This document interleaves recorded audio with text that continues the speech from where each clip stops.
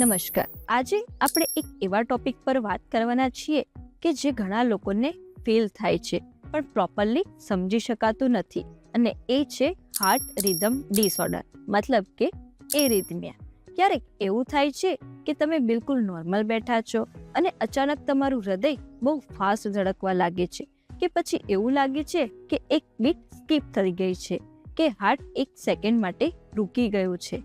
ઘણીવાર લોકો એને એન્ઝાઇટી કે વીકનેસ સમજીને ઇગ્નોર કરે છે, પણ કોઈક વાર આ એક સિગ્નલ હોય છે કે જે આપણને ઇન્ડિકેટ કરે છે કે હાર્ટનું રિધમ સિસ્ટમ ડિસ્ટર્બ થઈ રહ્યું છે. ચાલો આને આજે આપણે થોડું ડીપલી સમજીએ. આપણા હાર્ટનું કામ એ ખાલી બ્લડ પંપ કરવાનું નથી, પણ એક પરફેક્ટ રિધમ સાથે પંપ કરવાનું પણ છે. હાર્ટની અંદર એક નેચરલ ઇલેક્ટ્રિકલ સિસ્ટમ હોય છે કે જે એક ટાઈપનો ઇન્ટરનલ પેસમેકર કે જે દરેક બીટનું સિગ્નલ જનરેટ કરે છે.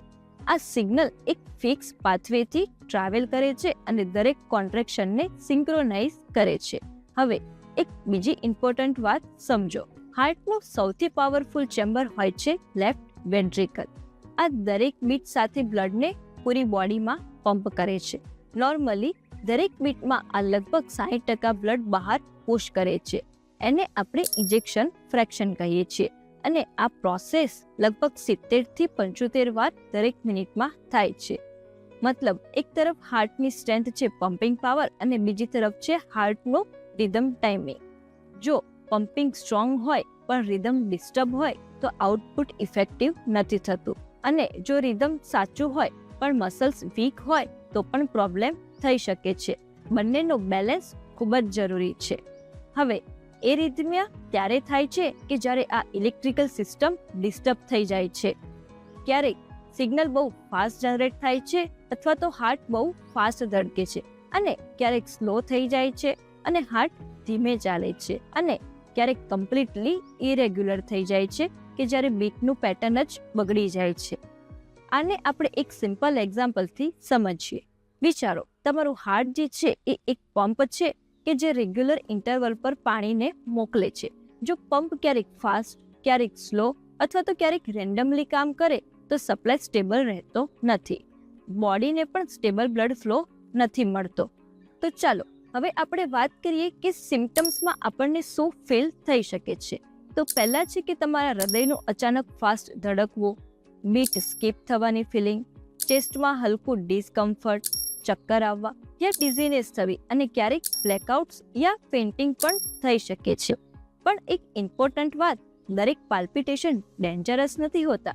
ક્યારેક વધારે ચાય, કોફી, સ્ટ્રેસ, ઓછી ઊંઘ અથવા તો એન્ઝાઇટીની કારણથી પણ ટેમ્પરરી રિધમ ડિસ્ટર્બ થઈ શકે છે. પણ જો આ રિપીટેડલી થતું હોય અને સાથે સાથે તમને વીકનેસ, બ્રેથલેસનેસ યા તો ફેન્ટિંગ જેવા સિમ્ટમ્સ આવતા હોય તો એને ઇગ્નોર કરવા ના જોઈએ. હવે સવાલ એ છે કે આનો ટેસ્ટ કેવી રીતના કરવો, આપણને આ વસ્તુ કેવી રીતના ખબર પડી શકે. સૌથી બેઝિક ટેસ્ટ છે ECG, કે જે હાર્ટની ઇલેક્ટ્રિકલ સિગ્નલ્સને રેકોર્ડ કરે છે. પણ ક્યારેક એરિથમિયા હંમેશા નથી હોતો, એટલે કે કઈક વાર ECG નોર્મલ આવે છે ત્યારે ડોક્ટર્સ હોલ્ટર મોનિટરિંગ કરે છે, કે જેમાં 24 થી 48 કલાક સુધી તમારી હાર્ટ રિધમ કન્ટિન્યુઅસલી રેકોર્ડ થતી હોય છે. અને સેકન્ડ ઇમ્પોર્ટન્ટ ટેસ્ટ છે 2D ઇકો. આ ડાયરેક્ટલી રિધમ નથી બતાવતું, પણ તમારા હાર્ટની પમ્પિંગ પાવર બતાવે છે, યાની કે ઇજેક્શન ફ્રેક્શન.